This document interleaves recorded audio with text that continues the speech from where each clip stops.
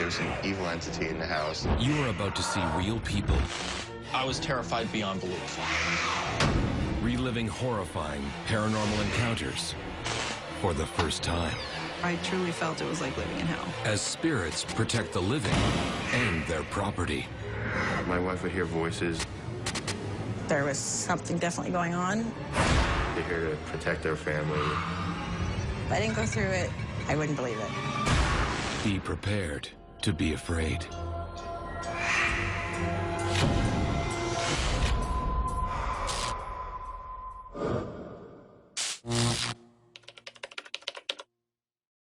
Set up 3, take 1, 80 common mark, soft sticks.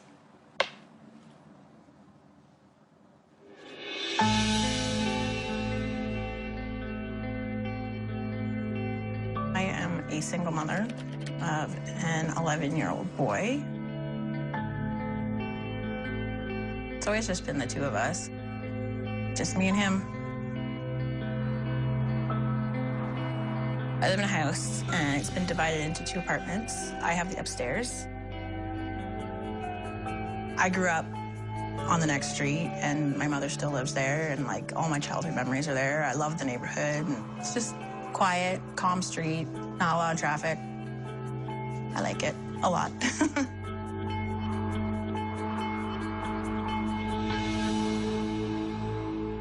After I signed the lease, I had a really bad dream. And it's one of those dreams that really scares you.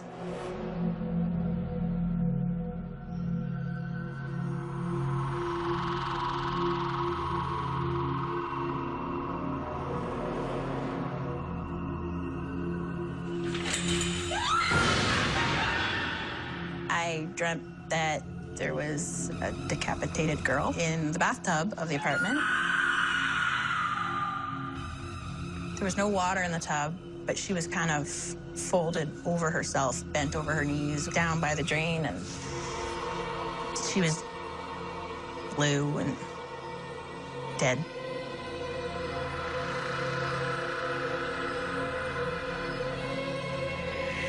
In the days before she moved in, Nikki's horrific dream became a recurring nightmare. I kept seeing a dead girl with no head, and I kept thinking about what I was going to do. And I knew I was being irrational. I'm like, oh, there's no way this place is haunted. And I just kind of tried to forget about it, but it stuck with me for at least 3 or 4 days. And I moved in. But despite Nikki's best efforts to put it out of her mind, it wasn't long before she started noticing some weird things happening. One day, I went into the bathroom.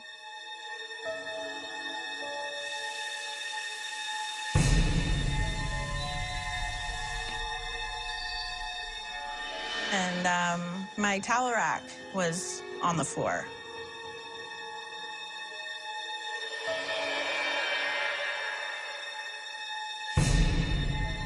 And I didn't think anything of it. I mean, the screws fell out, so I figured, oh, well, somebody just didn't anchor them properly, or it wasn't very strong.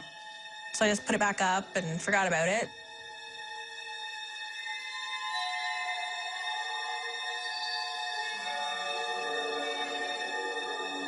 Later that day, I was watching TV in the living room. All of a sudden, my pot rack's vaulting off the wall into the middle of the kitchen floor.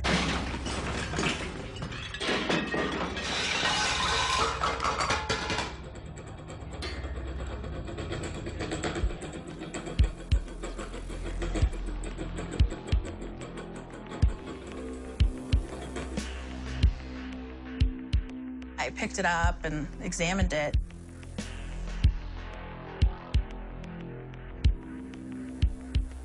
I tried to put it back on the wall, but the screws were still on the wall. There was no way to get it back on the wall. It didn't fit. It didn't go. You'd have to unscrew the screws to put it back on the wall. It didn't just fall. It flew across the room. I don't have a big kitchen, but it's big enough that it probably went 5 or 6 feet Sometimes entities and negative spirits will actually start doing violent or chaotic incidences in the household, like throwing items or attacking the family. I believe that they do this to stir up negative energy, such as fear, because that's their energy source. It's something that they feed off of. I'm skeptical of, like, spirits and whatnot. Around this time, a neighbor told Nikki that the previous tenant in her apartment had complained of being haunted.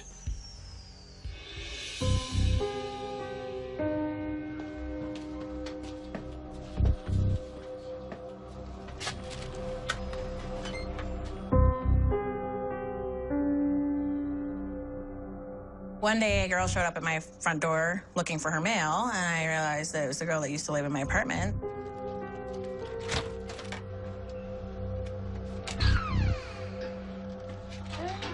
She told me things used to fall off her walls all the time, the doors would shut, that her daughter saw a big and scary man, and sometimes she'd be talking to it, sometimes she'd be screaming. She told me the doorbell would ring. I said, well, that hasn't happened to me.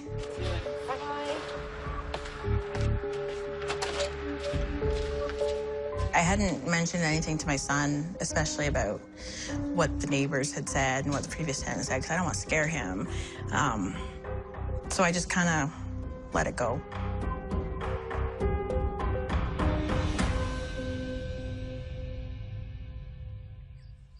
Nikki tried to carry on as normal for the sake of her son, but the entity in her home had different ideas. I have an e-cigarette because I quit smoking, and I usually have it with me at all times or within reach, or I know where it is because I need it. So I had put it on my TV stand, and I think I went to do the dishes or something, and I came back to get it, and it wasn't there.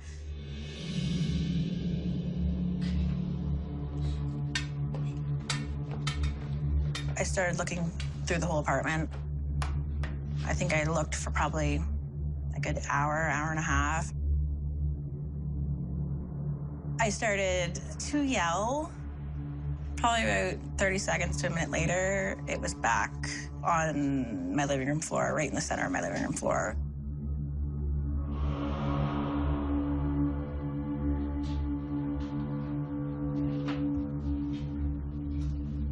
And that was a little unnerving.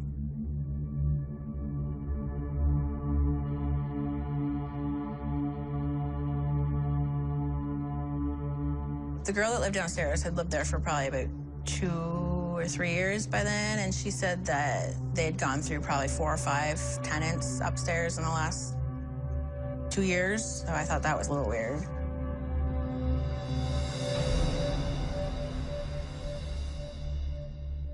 I think it was probably the next day when the doorbell rang at 11:25 p.m.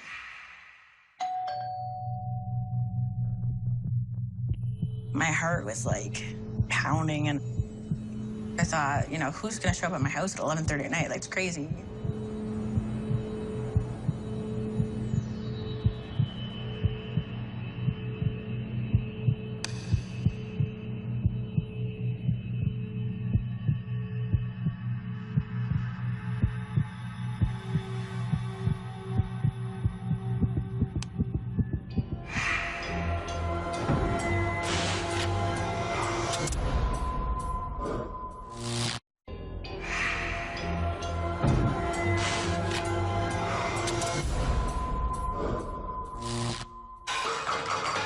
Nikki Playford had been experiencing strange incidents since moving into a new home. There was something definitely going on. So I posted on social media.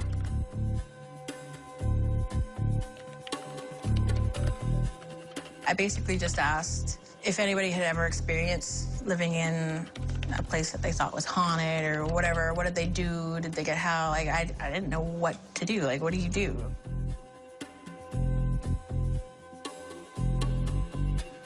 I got 450 replies.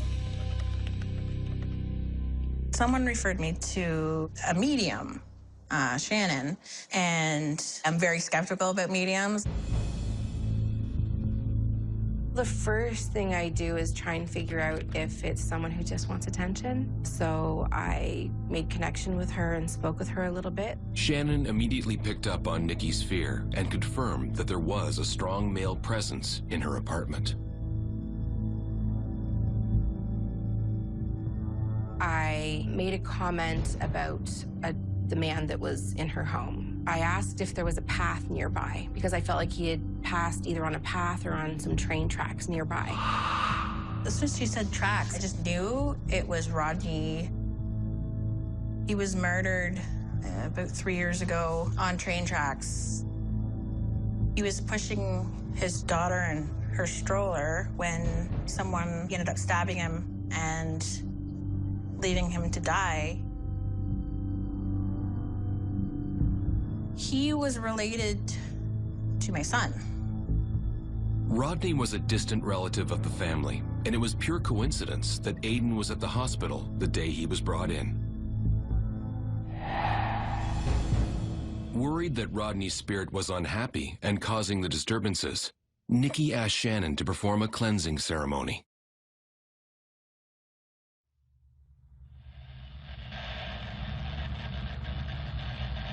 I wasn't sure exactly what I was dealing with. I felt there was a negative energy. We had Peterborough Paranormal come as well to help. They brought a lot of equipment. One thing being a ghost box, which I didn't know at the time was pretty much the same thing as a Ouija board, and it can invite things in. And you can hear different voices coming across. It's like a radio when you're switching stations very quickly and you hear different words. When they asked what it wanted,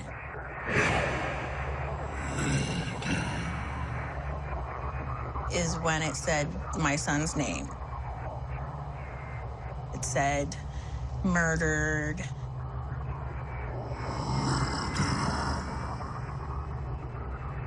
She was pretty freaked out. She was worrying that it meant Aiden was gonna be murdered or that Aiden was gonna murder someone. I mean, hearing those words randomly put together, you come up with a million different things that it could be. So she was definitely very worried. Of course it scared me. Like, what are they gonna do to my son? With a better understanding of the presence in her home, Nikki and Shannon carried out a cleansing, which allowed Rodney to communicate directly with the medium. We decided to smudge the apartment. So I used the sage and sweetgrass, and we went around her whole apartment.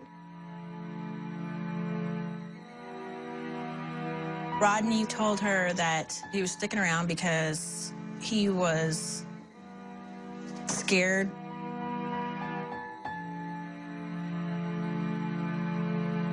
He had like an inner turmoil, and negative energies will latch onto that. He struggled with, like, drugs, and he had his demons, I guess you could say, and he was scared that because of some of the things he did in his life, he was gonna go to hell. He didn't cross over right at that point. He wasn't ready to go yet.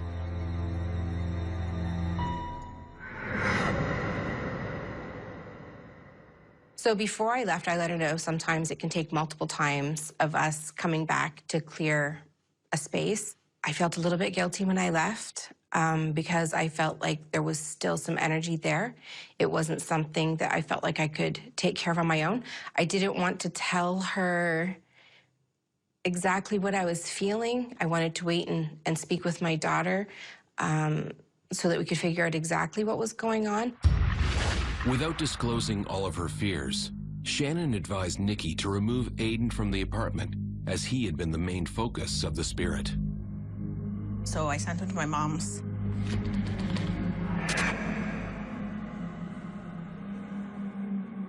So the next day, as I'm laying down, trying to sleep, I hear, like, thumping and dragging noises.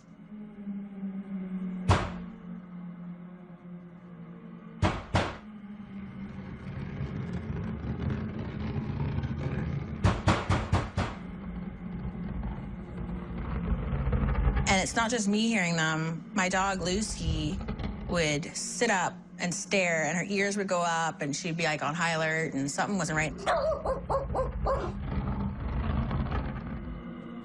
I'm, like, freaking out. I'm really scared. I'm all by myself in the house. Even my downstairs neighbor is gone away for the weekend. She's in Niagara Falls, so I am, like, completely alone in this entire house.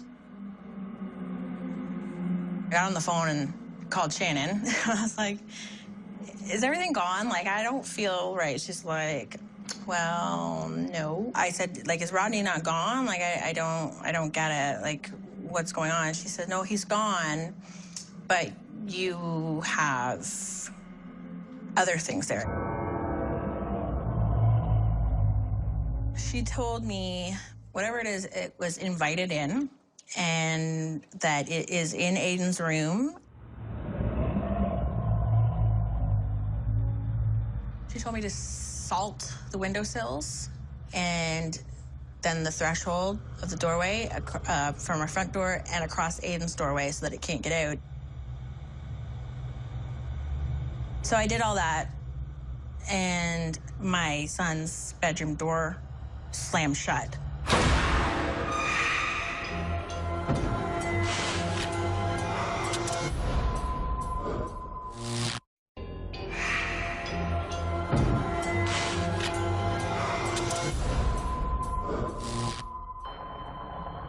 After enlisting the help of a medium, Nikki Playford was desperate to believe her home was now safe.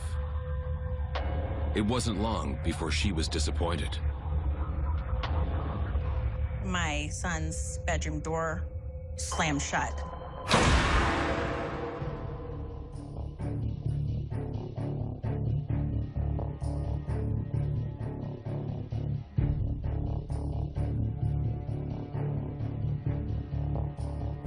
I went and I opened the door about, I don't know, half a foot. And someone pushes me out of the room and slams the door shut.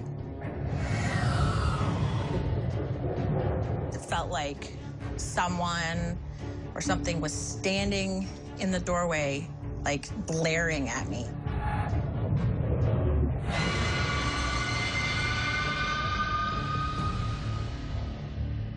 And so that really scared me. The only thing I can think of is that Rodney was there to try and protect us from whatever it was, and now that he's not there, it was like full force. Nikki realized that cleansing the home of Rodney's spirit had been a mistake. With his family connection to her son Aiden, the spirit had been protecting the two of them. The next night, Shannon and her daughter came back because Chelsea is the one that deals with these types of things. Chelsea is definitely more connected to other energies that don't make themselves known to me. When I got to Nikki's, I felt dread. I felt a lot of negative, overwhelming energy. It felt like it wanted to hurt people. It felt like it wanted to hurt me. We don't normally get something that powerful. My daughter and I went into the room together.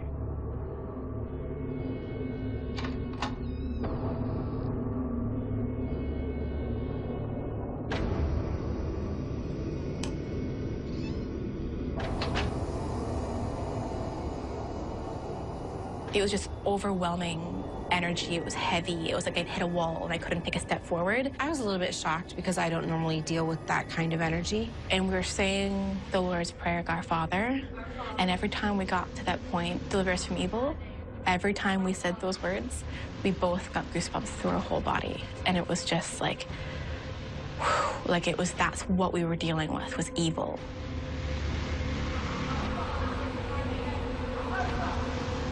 And I could see a big black mask.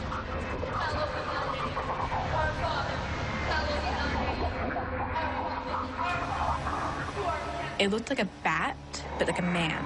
It was just all black, and there were wings that were with it too. Kind of like a big gargoyle.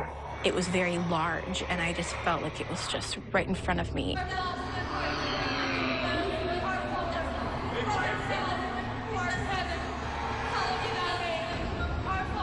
And that's when we were calling on like archangels to come and help. We saw, it sounds crazy. This is gonna sound crazy, but we saw angels come in. And my mom asked me what I'm seeing, and I told her, because she was seeing the same thing of this angel come in, and more than one were trying to take this entity out of the room. And it was like a battle. And it's like they were fighting right there in front of us and trying to take what was there out. It wouldn't leave.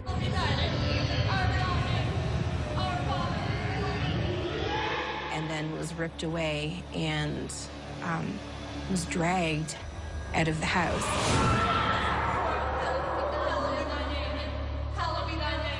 And we felt like it was gone. I've never seen a struggle before to take away an energy, and that was fearful for me. This is the worst house clearing we've ever done. We've done lots. That's definitely the worst one. All the activity stopped in my apartment the very next day. It was calm. I wasn't scared. If I didn't go through it, I wouldn't believe it. Protective spirits are often drawn to children. In Nikki's case, it was a deceased relative of her son. For the Rose family, it was their young daughter who would end up needing a spirit protector.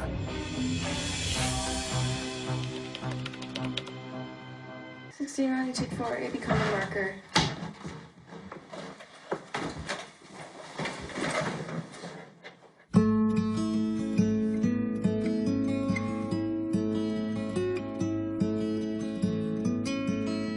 I was 25 years old and I was single. I was looking for a house to start a family in, and found this place, and as soon as I walked up to it, I knew it was the place for me. I had to have it. It's a large 2-story house, 6 bedrooms, got an acre of land and 3-4 buildings in the backyard. And the house was here for over 100 years. It's a really unique property. Before I even bought the house, the owner gave me a key to move stuff in. I had a couch here, and I was sleeping in the living room. I got woken up about 2 o'clock in the morning. I heard all the cabinet doors slamming shut in the kitchen.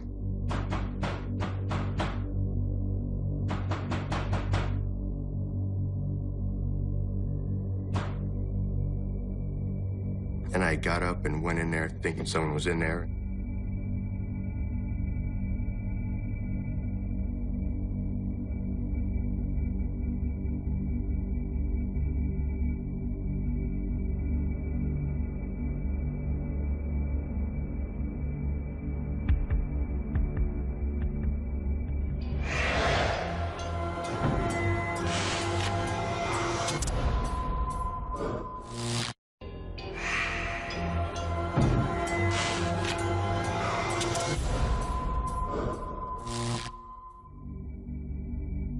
It was Ronnie Rose's first night in his new home, and already he was feeling far from comfortable.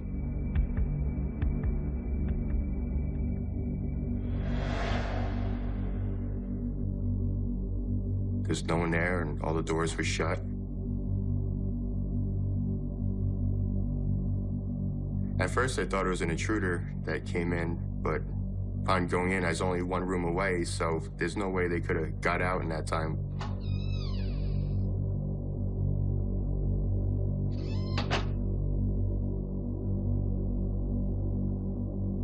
I just pulled the covers over my head after that and fell asleep till morning, but I was really scared, felt something was in there.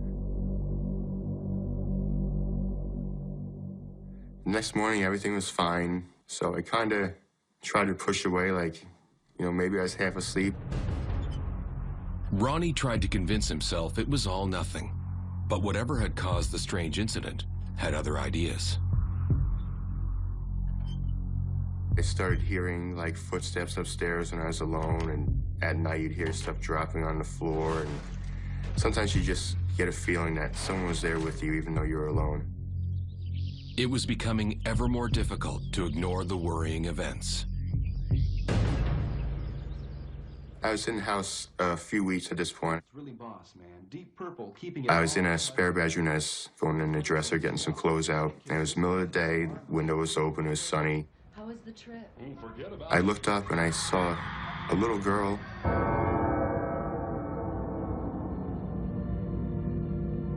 Probably about 5, 6 years old, wearing a white dress with dark hair.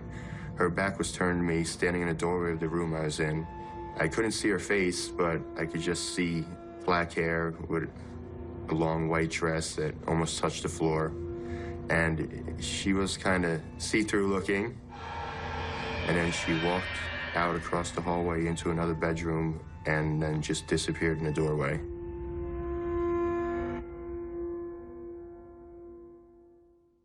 I startled when I saw it, and I just kind of thought I was imagining and tried to push that away because I knew I was alone in the house. I didn't have any children, so it was out of place to me. Ronnie's hopes that it was all a figment of his imagination were dashed when his brother moved in with him. My brother stayed here for a few weeks when he was getting his first apartment.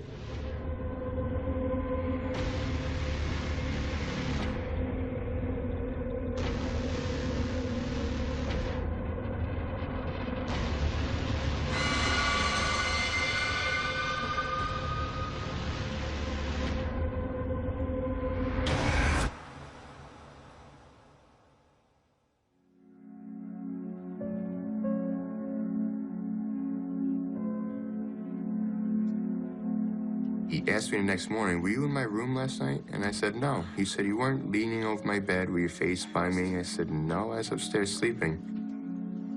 He described what the man looked like and what he was wearing. The man's probably about 6 feet tall, gray hair, wearing a white shirt. When he said he saw that, I did believe him. The man that built our house actually died in that bedroom. Along with the house, Ronnie had inherited an album of old photos from the previous owners.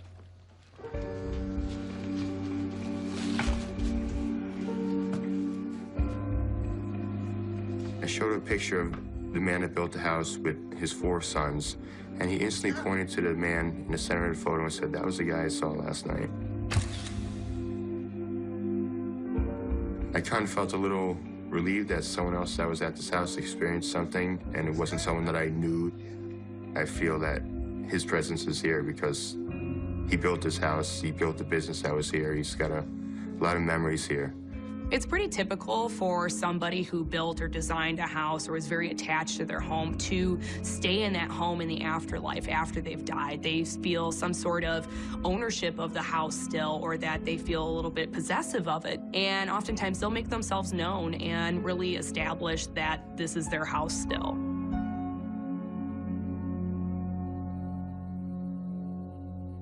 Although the incidents were unsettling, Ronnie was determined to get on with his life. I bought the house in hopes of meeting someone, starting a family. I didn't know Candace would be that person. When I first met Ronnie, he did have the house. He lived here for almost a year before him and I met. We both had the same ideas on what we wanted in life, family and everything. And after about a month or two, her lease was actually up on her apartment, and I told her to move in here.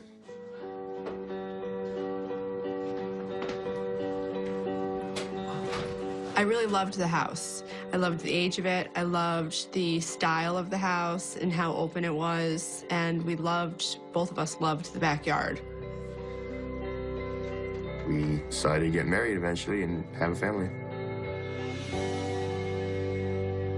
I never really talked to her about anything that had happened here. Happy to be together, the couple were oblivious to any other activity in their home until Ronnie started chatting with his neighbors. I'm still friendly with the people I bought the house from, and they always told me a story that the old man had buried money somewhere in the house. And there's a little room in the basement that he had built to make wine in, and there's a little bump out in the foundation on the wall, like a shelf that's about 2 feet wide by 6 feet. It seemed like a really odd thing to be there, so I broke out the concrete and started digging to see if I could find anything. not even knowing if the story is true or not, but just trying to check it out. And my wife, Candace, was with me at the time.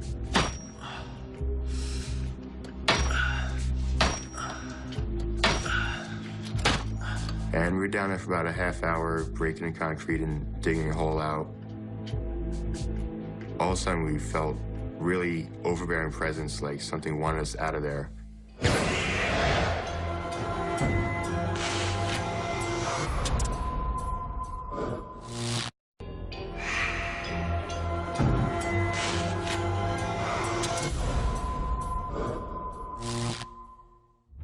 Learning that the man who built his house had hidden some treasure in the property, Ronnie Rose set about investigating a strange section of the wall in the basement. And we were down there for about a half hour, breaking the concrete and digging a hole out. All of a sudden, we felt really overbearing presence, like something wanted us out of there.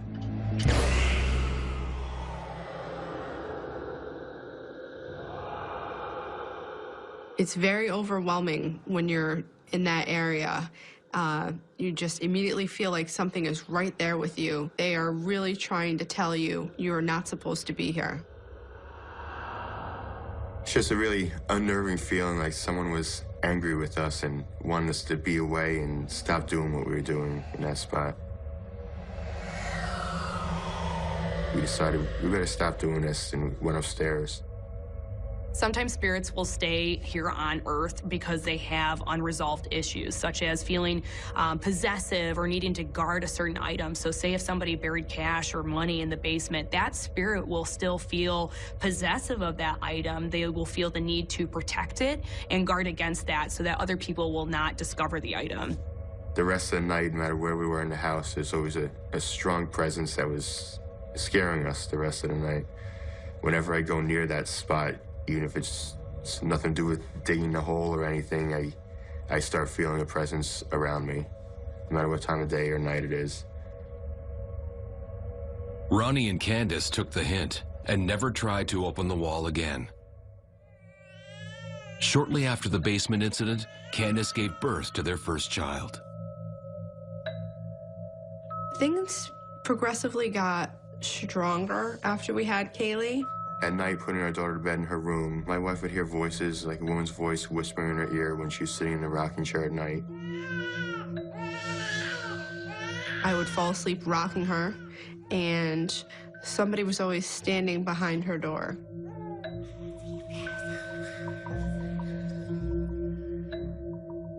And when I drifted off to sleep, I would be awoken by a whisper, and I could tell it was a little girl's whisper.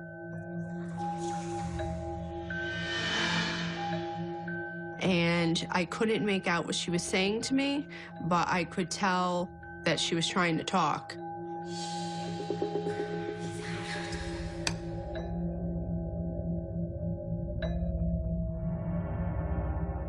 Ronnie could not shake the nagging fear that his family might be at risk. After my daughter was a few months old, she would always wake up around the same time in the middle of the night crying, and when you'd walk in a room, you'd get a really strange feeling that someone was in there. It was scary. We decided to get a baby monitor to listen, and we'd hear whispers in there.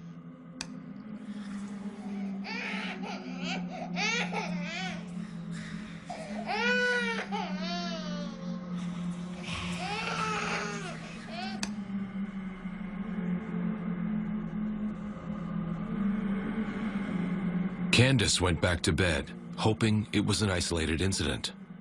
Until one night. We were in our bedroom.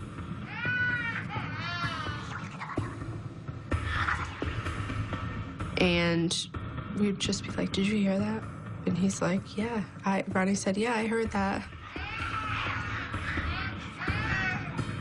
Like, you think you're crazy.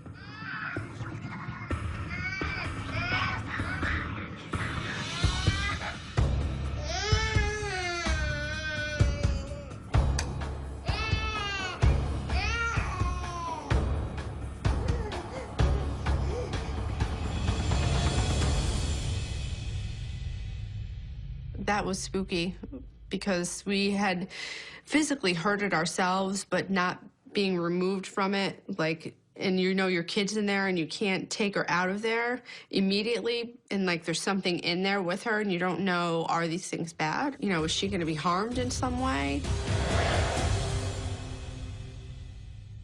We got a monitor with a video screen on it, and whenever our daughter would start crying and fussing in the middle of the night, we'd look at it.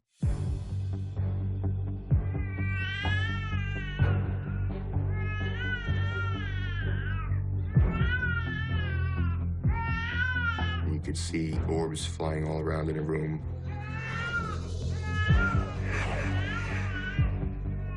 And then we'd have to go get her because at this point she was really crying. Something was scaring her in there.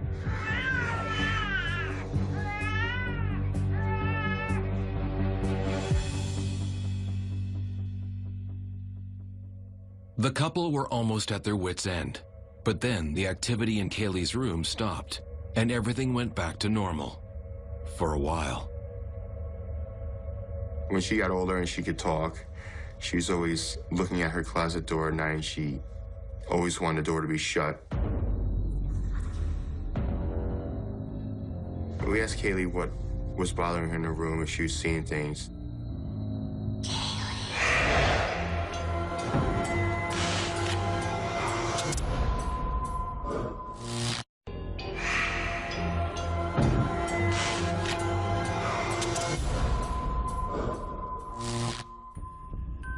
A series of unexplained events had plagued Ronnie Rose and his wife Candace in their new home.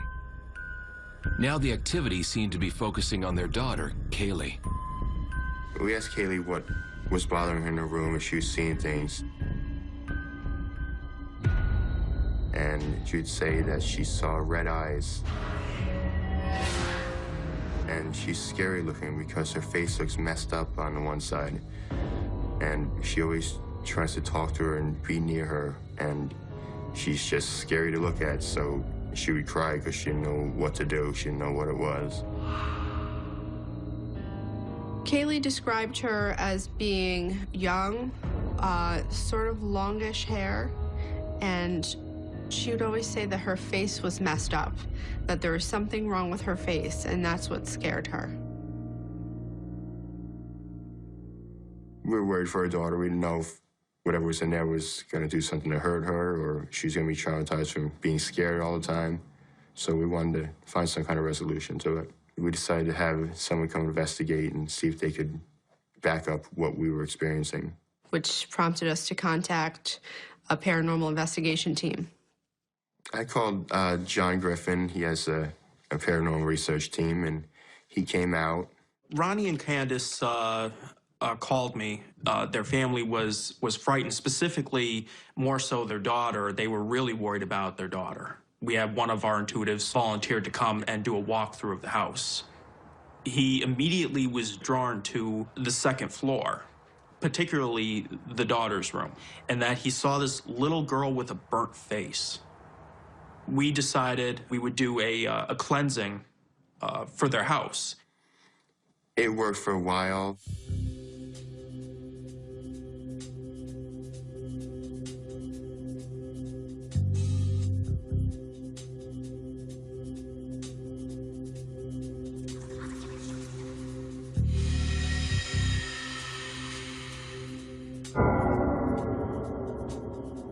Kaylee told us that the ghost in the room said that after the baby was born, Daddy would be here, but Mommy won't. Kaylee would come up to Ronnie and she said, "Daddy, you're gonna be okay, but Mommy's not going to be." We didn't know what to think when a 3-year-old is telling us someone that we can't see is telling her these things. We didn't know what to think about it. Ronnie and Candace decided to dig a little deeper into the background of the house. Because of the history of the house, we want to have the property on the historical registry. So we're doing research. We went down to the Historical Society in Schenectady, and we told them where we lived, and the woman instantly said, "Do you want to find out about the ghost that's there?" And we said, "We were just trying to find out about the property. How do you know there's a ghost?" And For a couple years before I bought the house, it was vacant and there was sporadic tenants renting the place. And a woman that lived there before me had went down there trying to find out if there was any ghosts. We had John and his team come back out and they investigated some more. John came with the psychic. We found that there was a family, a mother, a father, and a little girl. The psychic told us that a few blocks from here, there was a fire, probably in 1920s or 30s, and this little girl had lived at that house, and her father was kind of mean to her, so she liked hanging out at our house with the kids, so she was always over here. And the little girl had actually died in a fire. When she died in the fire, her face was disfigured on one side. And her spirit came to this house because all her memories of good things happening were here, so she felt more at home at this house. It's believed that when you're a spirit, you have free choice. So if you think about the places that you've enjoyed visiting in your lifetime, things that you have fond memories of, spirits oftentimes will go back to a location that they have happy memories of because it brings them peace, it brings them joy. And, you know, they like to go there physically. And so oftentimes these spirits will return to a location they have memories of. The psychic described what the man looked like, and it was the same man in the photo I have. Could this be the spirit that was taking over Ronnie's house? In the basement, we just feel a really strong presence at night, kind of scary. No matter how many lights or anything you have on, you don't want to be down there alone at night. John did some EVPs down there. He said it was an evil spirit was there. So we ended up having to come back out and bless again. John believed the house had both positive and negative spirits. Far from trying to harm Kaylee, the little ghost girl in the bedroom was trying to protect her from evil. John didn't know who the evil entity was, just that they were trying to suppress the good spirits that are in the house. The little ghost girl that's in the house would always try to play with my daughter at night, and that's what was keeping her up. She wasn't there to scare her, but they were around the same age, so the ghost thought this could be a playmate for her. The little girl is a good spirit. She was just scary in appearance because of the way she died. So she still has the disfigured face. And to any little child, that would be scary to see, especially in the middle of the night, waking up and that's what appears before you. But she is a good spirit. We're told by John that she was sent here from God to protect Kaylee. We didn't want the good spirits that we feel should be in this house to leave, just the ones that were attributing negative aspects to what's going on. John came with the psychic, and they said prayers, and they were burning sage in the rooms and sprinkling holy water around, trying to get the evil spirits to leave.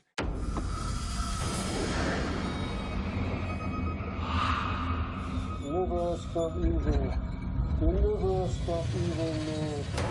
Cleanse this house of evil, Lord. Evil spirit, leave this house.